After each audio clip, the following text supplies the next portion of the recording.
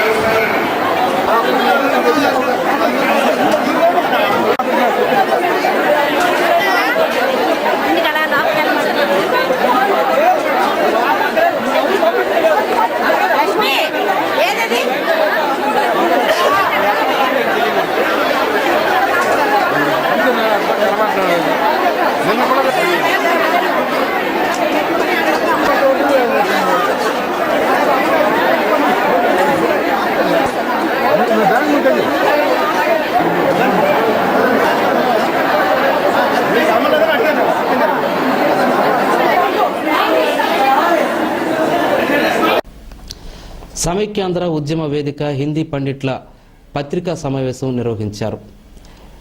రాష్ట్రం విడిపోయే సూచనలు కనిపిస్తున్నాయని, కేంద్ర కాంగ్రెస్ వర్గాలు అందరూ అనుకుని చేస్తున్న పని అని, డిసెంబర్ 25 క్రిస్మస్ సందర్భంగా సోనియా ప్రకటించనున్నారని ధ్వజమెత్తారు.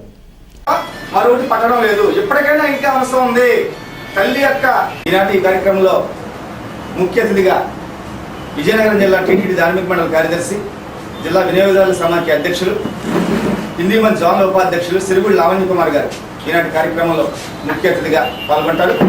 మరి వైఎస్ఆర్ కృష్ణ గారు, చిరంజీవి గారు, ఆర్వి రామమూర్తి గారు హిందీ మంచి తరఫున నేను కూడా భారతదేశంలోనూ మరి ఉద్యమాల చరిత్రలోనే చిరస్థాయిగా నిలిచిపోయే ఉద్యమంగా కొనసాగినటువంటి ప్రజా ఉద్యమాన్ని విస్మరించి ఈనాడు కేంద్ర ప్రభుత్వం ముందుకు వెళ్లి తెలంగాణ బిల్లుని ఎట్లాగైనా పాస్ చేయించి రాష్ట్రాన్ని వెడగొట్టే ఆలోచన చేస్తా ఉన్నటువంటి దుర్మార్గపు ఆలోచనని ఖండిస్తూ ఈనాటి సమావేశం తీర్మానాన్ని ఆమోదిస్తా ఉంది. మిత్రులారా, ప్రధానంగా 3 అంశాల ప్రాప్తికి ఈనాడు రాష్ట్ర విభజన ఎట్టి పరిస్థితుల్లో జరగకూడదని అందరం గొంతెత్తి అరుస్తున్నా సరే, ఎంత ఉద్యమం జరుగుతున్నా సరే, ముఖ్యంగా సుప్రీంకోర్టులో ఒక ప్రజా ప్రయోజన వాద్యం ఉన్నది. అది ఒకటో ప్రధానమైన అంశం. 2 ఆర్టికల్ 370D అనేటువంటి దాని గురించి దాన్ని పార్లమెంట్లో విభజన కంటే ముందు తీర్మానాన్ని ప్రవేశపెట్టి దాన్ని రద్దు చేయాల్సిన అవసరం ఉంది. అది కూడా చేయలేదు. ఇక 3వది, ఇంత జరుగుతున్నప్పటికీ కూడా రాష్ట్ర అసెంబ్లీ యొక్క ఏకాభిప్రాయాన్ని కానీ తీర్మానం కానీ తీసుకోకపోవడం.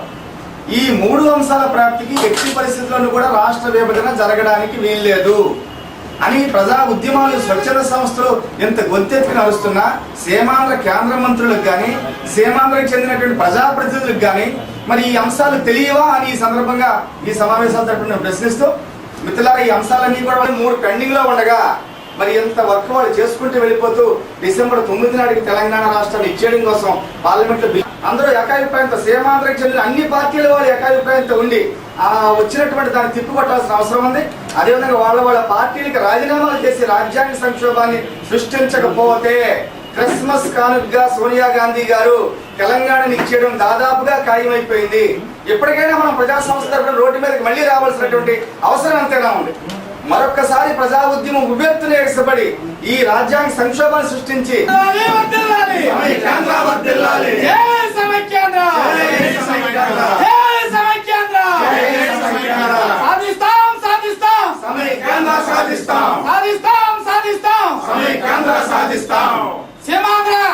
ఐక్యత వర్ధిల్లాలి. జిల్లా గ్రంథాలయ వారోత్సవాల్లో భాగంగా ఈరోజు విద్యార్థులకు క్యారమ్స్ పోటీలు నిర్వహించారు. ఈ పోటీల్లో స్కూలు, కాలేజీ విద్యార్థులు పాల్గొన్నారు.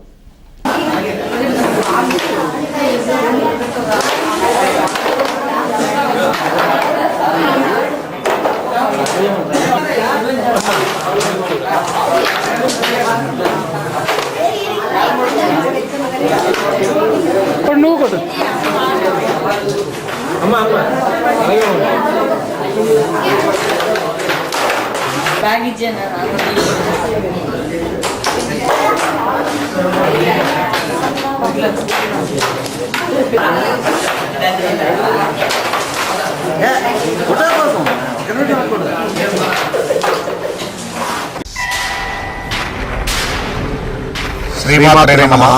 రాజరాజేశ్వరి పీఠం దేవీ ఆశ్రమం నవభారత్ జంక్షన్ శ్రీకాకుళం 2004వ సంవత్సరంలో ప్రారంభించి అంచెలంచెలుగా భక్తులచే అభివృద్ధి చెందుతూ భక్తుల కోరికలు తీర్చే శక్తిగా, వరాలిచ్చే తల్లిగా, పరిసర ప్రాంత ప్రజలకు కొంగు బంగారంగా విరాజిల్లుతున్న అమ్మను దర్శించి తరించి ఆశీస్సులు పొందండి. ఉగాది, శ్రీరామనవమి ఉత్సవాలతో ప్రారంభమై గణపతి నవరాత్రులు, శరన్నవరాత్రులు, అభిషేకాలు, పౌర్ణమి శ్రీచక్రార్చనలు, నిత్య పూజలు జరుపబడను. ప్రపంచ చరిత్రలో అత్యద్భుతం 1001 శ్రీచక్రమేరుల ప్రతిష్ట 2013 నవంబర్ 15వ తేదీ ఉదయం 6:47 జరుగును. శ్రీచక్రమేరుల నుండి ఉద్భవించే శక్తి ప్రపంచ వ్యాప్తంగా వ్యాపించను. ఆ శక్తి దేశ శ్రేయస్సు మరియు ప్రపంచ శ్రేయస్సుకు తోడ్పడను. శ్రీ విద్యోపాసకులు శ్రీ తేజోమూర్తుల బాలభాస్కర శర్మ గారి ఆధ్వర్యంలో అమ్మ అనుగ్రహంతో జరుపబడుచున్న శ్రీచక్ర ప్రతిష్టా మహోత్సవంకు భక్తుల అందరికీ హృదయపూర్వక ఆహ్వానం. దేవీ ఆశ్రమం నవభారత్ జంక్షన్ శ్రీకాకుళం.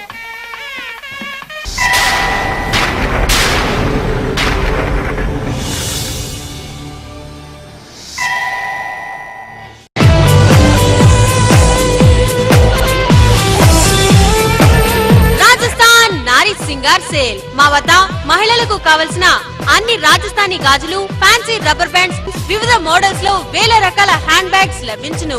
ఇంకా మా వద్ద bed sheets, pillow covers, cushion covers, sofa covers, divan sets, dining table క్లాత్లు, TV covers, Rajasthani salwar suits, అన్ని సైజుల నైటీలు, లేడీస్ టాప్స్, మగవారికి కావలసిన jeans, jean pants, cotton jeans, night pants, చిన్నపిల్లలకు డ్రెస్సులు, ఆట వస్తువులు, జైపూర్ మగవారి డ్రెస్సులు, డోర్ మ్యాట్స్, మీరింతవరకు చూడని నమ్మలేని వేల రకాల గిఫ్ట్ ఐటమ్స్ సరసమైన ధరలకు లభించును. 10 గంటల నుండి రాత్రి 9 గంటల వరకు. ఆదివారం కూడా షాప్ కలదు. వెంటనే విచ్చేయండి. రాజస్థాన్ నారీ Singar sale, rice millers association కళ్యాణ మండపం, కిందరా టాకీస్ ఎదురుగా, జిల్లా పరిషత్ రోడ్. మనగుడి కార్యక్రమంలో భాగంగా స్థానిక టీటీడీ కళ్యాణ మండపం వద్ద టీటీడీ ధర్మ ప్రచార కార్యకర్తలు మాట్లాడుతూ కార్తీక మాసం ప్రాశస్యాన్ని గురించి వివరించారు.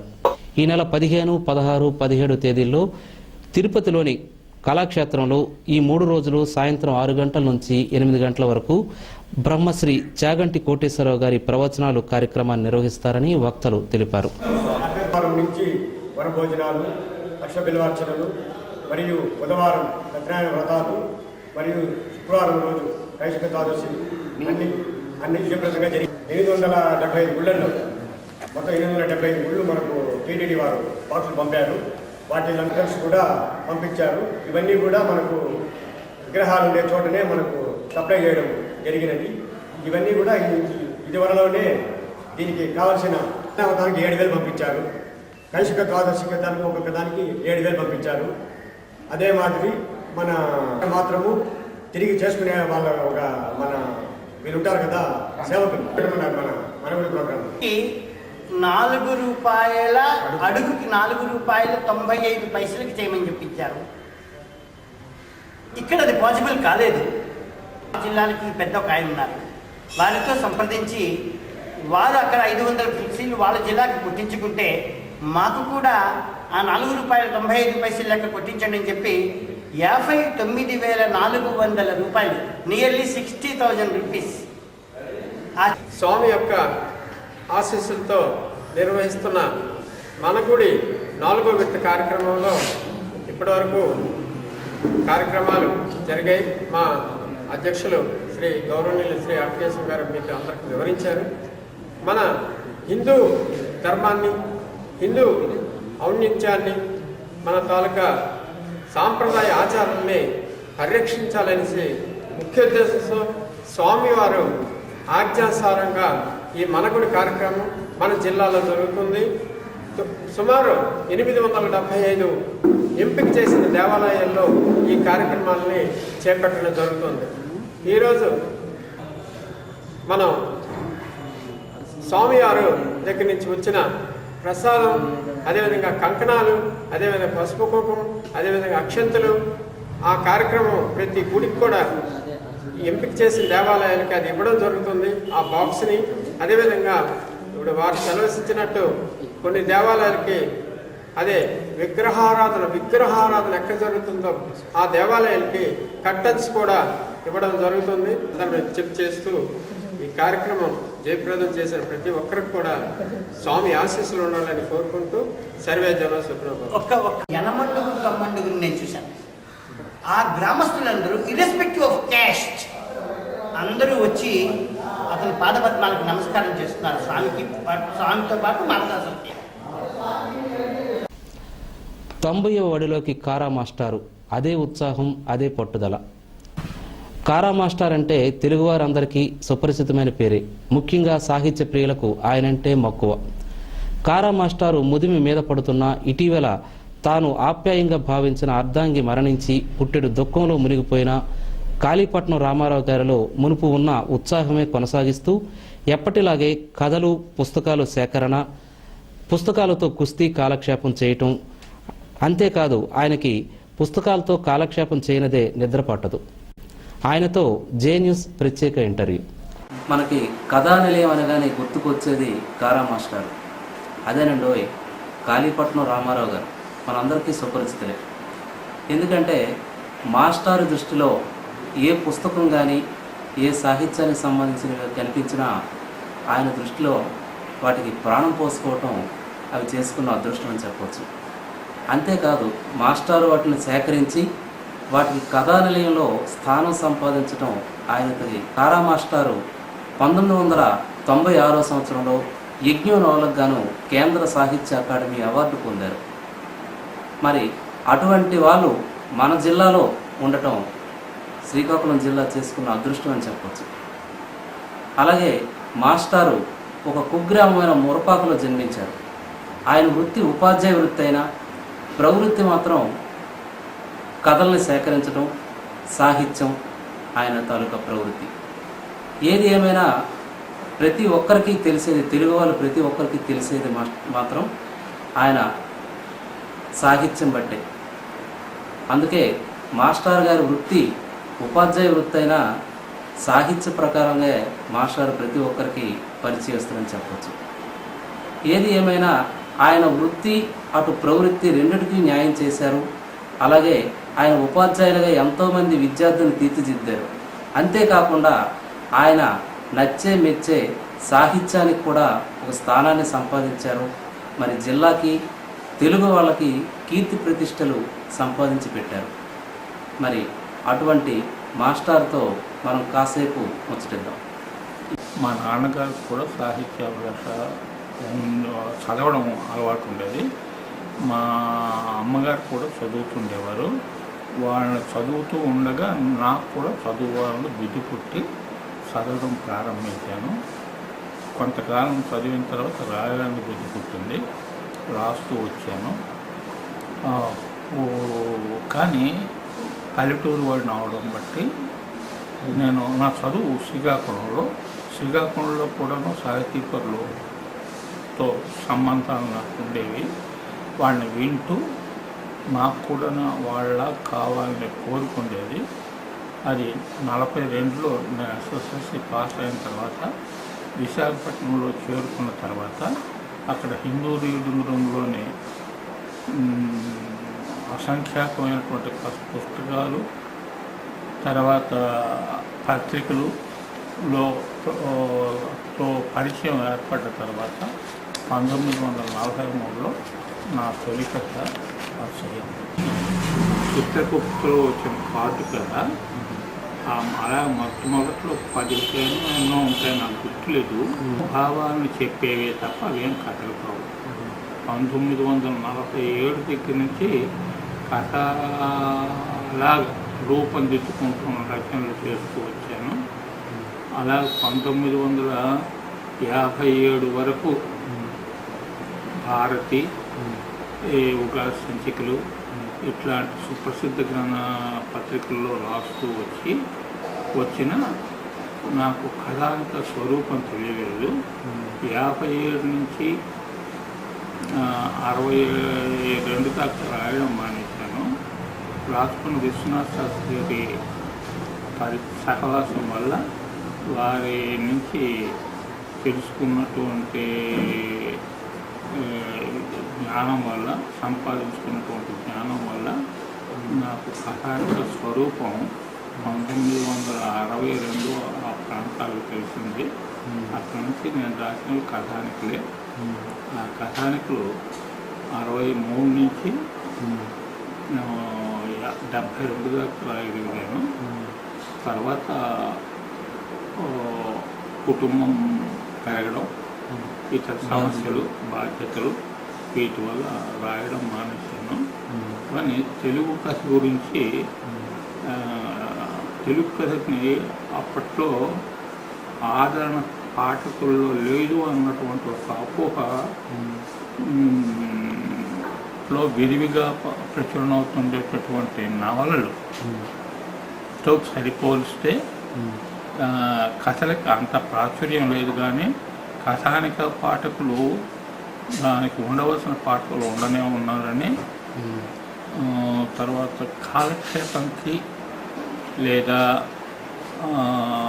కౌటుంబిక సమస్యలు ఇట్లాంటి రచనలు చేసేవారిని, నవలని పాఠకులు ఎక్కువగా ఆదరిస్తుండేవారు.